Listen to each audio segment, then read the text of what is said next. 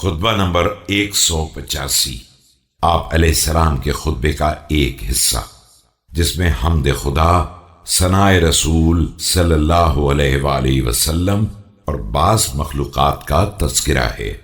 بسم اللہ الرحمن الرحیم۔ پروردگار عالم کی حمد و ثنا۔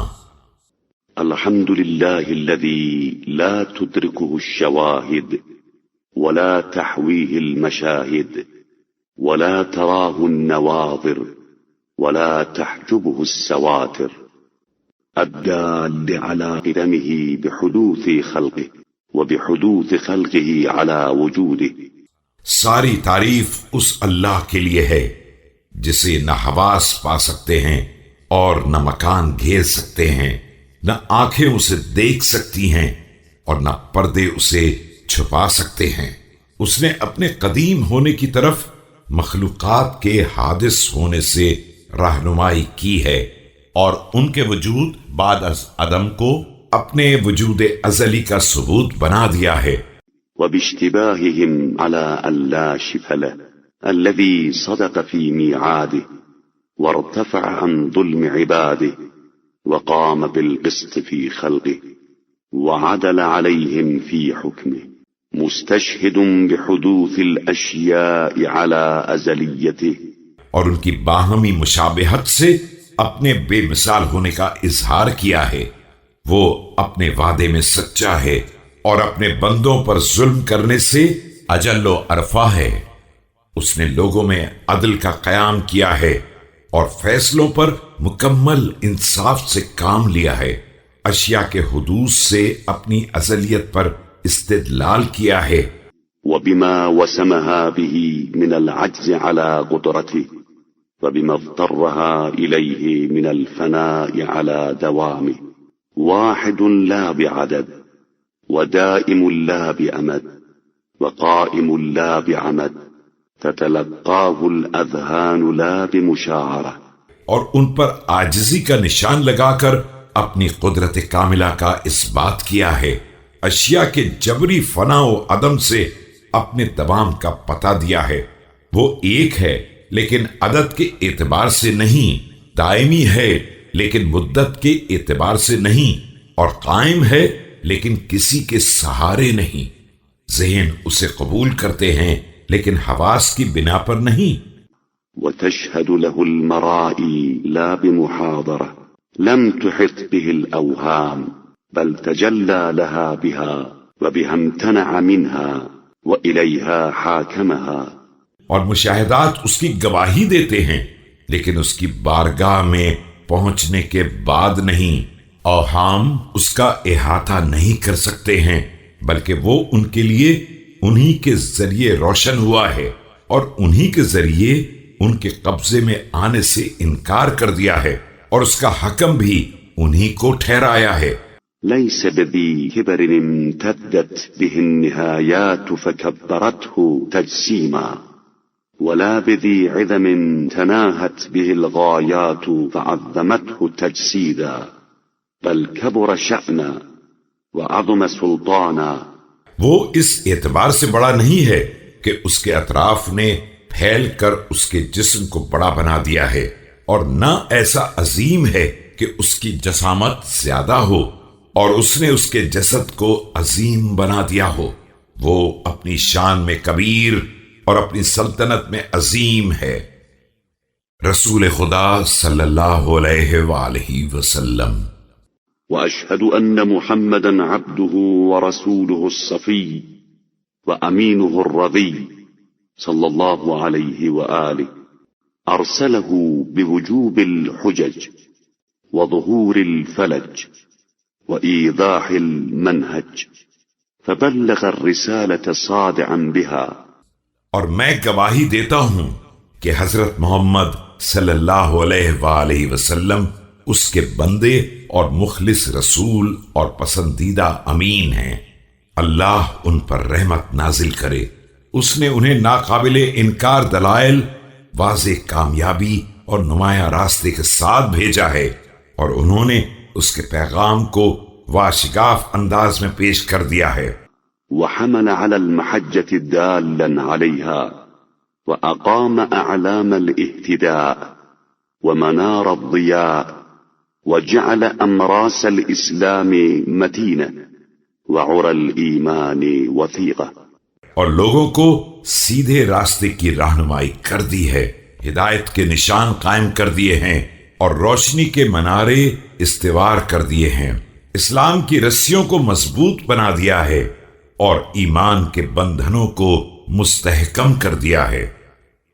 حیوانات کی خلقت اور ان کی بعض صفات کے بارے میں ولو فكروا في عظيم القدرة وجسيم النعمة لرجعوا إلى الطريق وخافوا عذاب الحريق، ولكن القلوب عليلة والبصائر مدخولة۔ اگر یہ لوگ اس کی عظیم قدرت اور وسیع نعمت میں غور و فکر کرتے تو راستے کی طرف واپس آ جاتے اور جہنم کے عذاب سے خوف زدہ ہو جاتے، لیکن مشکل یہ ہے کہ ان کے دل مریض ہیں اور ان کی آنکھیں کمزور ہیں۔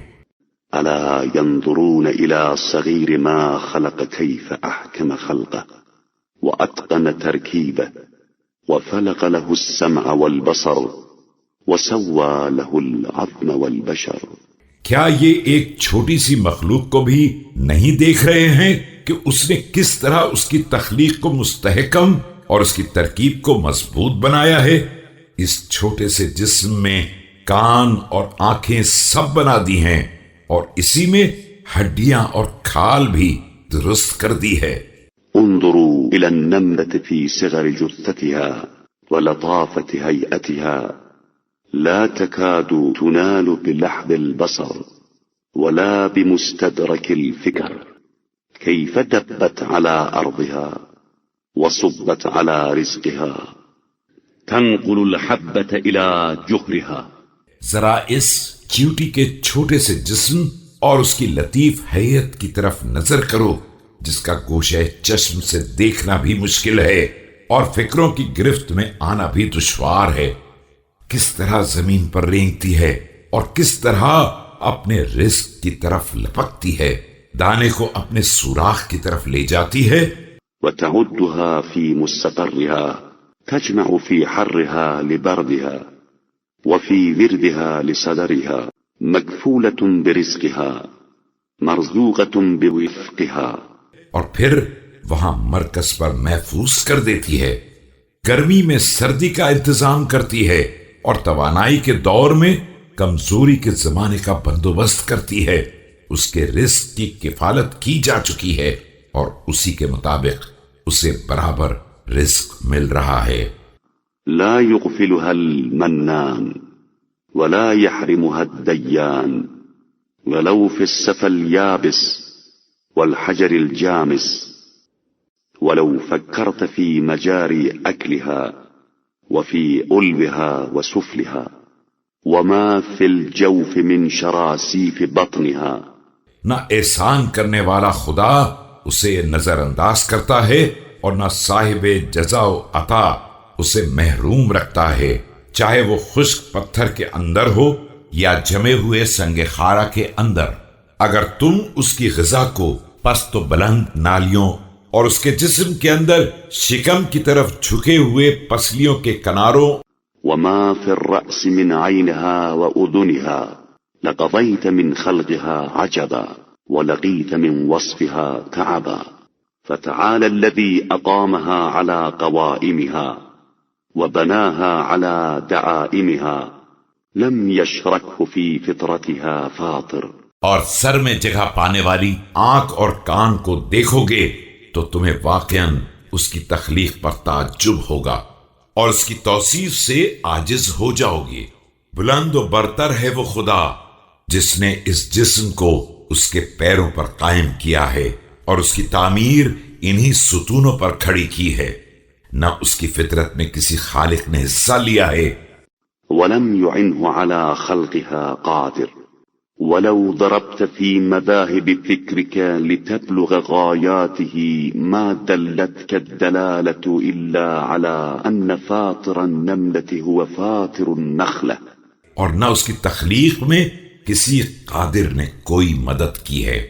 اور اگر تم فکر کے تمام راستوں کو طے کر کے اس کی انتہا تک پہنچنا چاہو گے تو ایک ہی نتیجہ حاصل ہوگا کہ جو چیونٹی کا خالق ہے وہی درخت خرما کا بھی پروردگار ہے۔ لدقيق تفصيل كل شيء وغامض اختلاف كل حي وما الجليل واللطيف والثقيل والخفيف والقوي والضعيف في خلقه إلا سواء، اس لیے کہ ہر ایک تخلیق میں یہی باریکی ہے اور ہر جاندار کا دوسرے سے نہایت درجہ باریک ہی اختلاف ہے۔ اس کی بارگاہ میں عظیم و لطیف، ثقیل و خفیف، قوی و ضعیف سب ایک ہی جیسے ہیں۔ آسمان اور کائنات کی خلقت۔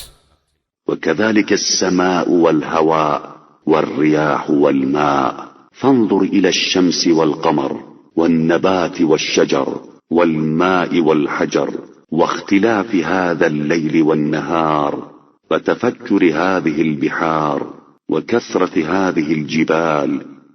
یہی حال آسمان اور فضا، ہوا اور پانی کا ہے کہ چاہو شمس و قمر کو دیکھو یا نباتات و شجر کو، پانی اور پتھر پر نگاہ کرو یا شب و روز کی آمد و رفت پر، دریاؤں کے بہاؤ کو دیکھو یا پہاڑوں کی کثرت، وطول هذه القلال وتفرق هذه اللغات والألسن المختلفات، فالويل لمن أنكر المقدر وجحد المدبر، زعموا أنهم كالنبات ما لهم زارع۔ اور چوٹیوں کے طول و ارتفاع کو، لغات کے اختلاف کو دیکھو یا زبانوں کے افتراق کو، سب اس کی قدرت کاملہ کے بہترین دلائل ہیں۔ حیف ہے ان لوگوں پر جنہوں نے تقدیر ساز کا انکار کیا ہے اور تدبیر کرنے والے سے مکر گئے۔ ان کا خیال ہے کہ سب گھاس پھوس کی طرح ہیں کہ بغیر کھیتی کرنے والے کے اگائے ہیں۔ ولا لاختلاف صورهم صانع ولم يلجأوا إلى حجة فيما ادعوا ولا تحقيق لما أوعوا، وهل يكون بناء من غير بان أو جناية من غير جان۔ اور بغیر صانع کے مختلف شکلیں اختیار کر لی ہیں، حالانکہ انہوں نے اس دعوے میں نہ کسی دلیل کا سہارا لیا ہے اور نہ اپنے عقائد کی کوئی تحقیق کی ہے، ورنہ یہ سمجھ لیتے کہ نہ بغیر بنانے والے کے عمارت ہو سکتی ہے اور نہ بغیر مجرم کے جرم ہو سکتا ہے۔ ٹڈی کی خلقت۔ وإن شئت قلت في الجرادة إذ خلق لها عينين حمراوين وأسرج لها هدقتين قمراوين وجعل لها السمع الخفي وفتح لها الفم السوي وجعل لها الحس القوي۔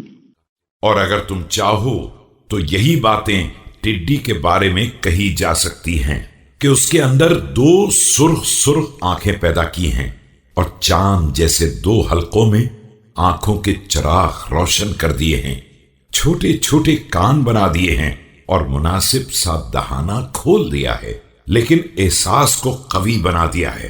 ونادين بهما تقرض ومن جلين بهما تقبض يرهبها الزراع في زرعهم ولا يستطيعون ذبها ولو أجلبوا بجمعهم حتى ترد الحرث في نزواتها وتقضي منه شهواتها۔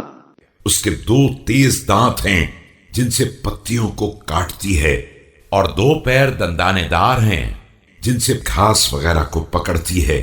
کاشتکار اپنی کاشت کے لیے ان سے خوف زدہ رہتے ہیں، لیکن انہیں ہکا نہیں سکتے ہیں، چاہے کسی قدر طاقت کیوں نہ جمع کر لیں، یہاں تک کہ وہ کھیتوں پر جست و خیز کرتے ہوئے حملہ آور ہو جاتی ہے اور اپنی خواہش پوری کر لیتی ہے۔ وخلقها كله لا يكون إصبعا مستدقة، فتبارك الله الذي يسجد له من في السماوات والأرض طوعا وكرها ويعفر له خدا ووجها ويلقي إليه بالطاعة سلما وضعفا۔ جبکہ اس کا کل وجود ایک باریک انگلی سے زیادہ نہیں ہے، پس بابرکت ہے وہ ذات اقدس جس کے سامنے زمین و آسمان کی تمام مخلوقات برغبت یا بجبر و اکراہ سر بسجود رہتی ہیں، اور اس کے لیے چہرے اور رخسار کو خاک پر رکھے ہوئے ہیں، اور عجز و انکسار کے ساتھ اس کی بارگاہ میں سراپا اطاعت ہیں۔ ويعطي له القياد رحبة وخوفا فالطير مسخرة لأمره أحصى عدد الريش منها والنفس وأرسى قوائمها على الندى واليبس، اور خوف و دہشت سے اپنی زمام اختیار اس کے حوالے کیے ہوئے ہیں۔ پرندے اس کے امر کے تابع ہیں کہ وہ ان کے پروں اور سانسوں کا شمار رکھتا ہے اور ان کے پروں کو تری یا خشکی میں جما دیتا ہے۔ وقدر أقواتها وأحصى أجناسها فهذا غراب وهذا عقاب وهذا حمام وهذا نعام، دعا كل طائر باسمه وكفل له برزقه۔ ان کا قوت مقدر کر دیا ہے اور ان کی جنس کا احصاء کر لیا ہے کہ یہ کوا ہے، وہ عقاب ہے، یہ کبوتر ہے، وہ شتر مرغ ہے۔ ہر پرندے کو اس کے نام سے عالم وجود میں دعوت دی ہے اور ہر ایک کی روزی کی کفالت کی ہے۔ وأنشأ السحاب الثقال فأهطلت يمها وعدد قسمها فبل الأرض بعد جفوفها وأخرج نبتها بعد جدوبها۔ سنگین قسم کے بادل پیدا کیے تو ان سے موسلا دھار پانی برسا دیا اور اس کی تقسیمات کا حساب بھی رکھا۔ زمین کو خشکی کے بعد تر کر دیا اور اس کے نباتات کو بنجر ہو جانے کے بعد دوبارہ اگا دیا۔